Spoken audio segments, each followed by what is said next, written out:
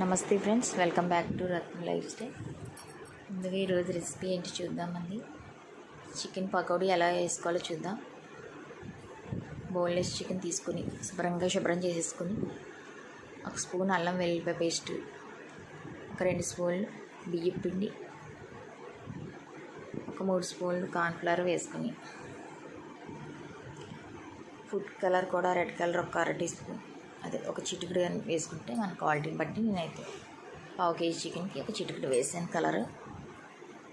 దీంట్లోనే టేస్ట్ తగ్గ సాల్ట్, ఒక 1/2 teaspoon garam masala powder, 1 spoon కారం కూడా వేసుకొని శుభ్రంగా కలిపేసుకొని బాగా నాననివ్వాలి. నానిన తర్వాత మనకి టైం ఉంటే ఒక 2 గంటల సేపు నానబెట్టుకోవాలి, లేకపోతే ఒక అరగంట నానిన తర్వాత వేసేసుకోవచ్చు. స్టవ్ మీద బాణీ పెట్టుకుని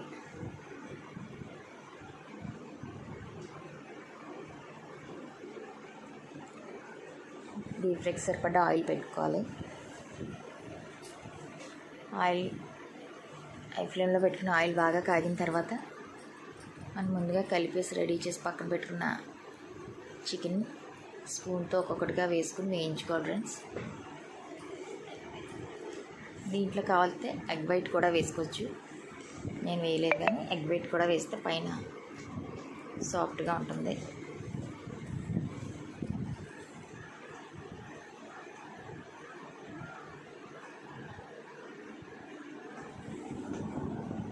అన్నీ ఒక్కొక్కటిగా వేసుకుని అలాగే దోరగా వేయించుకోవాలి.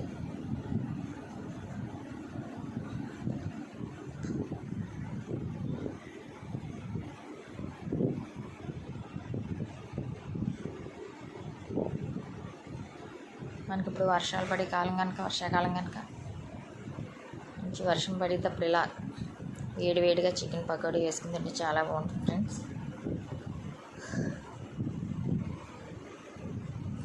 ఈవినింగ్ స్నాక్స్ కింద అది సింపుల్గా అయిపోతుంది. ఇది మనం కలిపేసి ఫ్రిడ్జ్లో పెట్టుకుంటే ఒక 2-3 గంటలు నానితే చాలా బాగుంటుంది. టేస్ట్ కూడా అన్నీ అలా వేసేసుకుని వేయించుకుని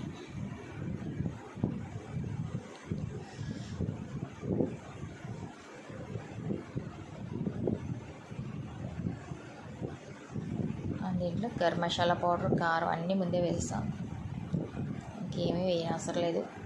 లాస్ట్లో మటుకు కొంచెం కొత్తిమీర, కరివేపాకు, పచ్చిమిర్చి కొంచెం 2 నాట్లు పెట్టుకుని 4 పచ్చిమిర్చి కూడా వేసుకుని, ఇష్టమైతే ఉల్లిపాయలు, నిమ్మకాయ కూడా సర్వ్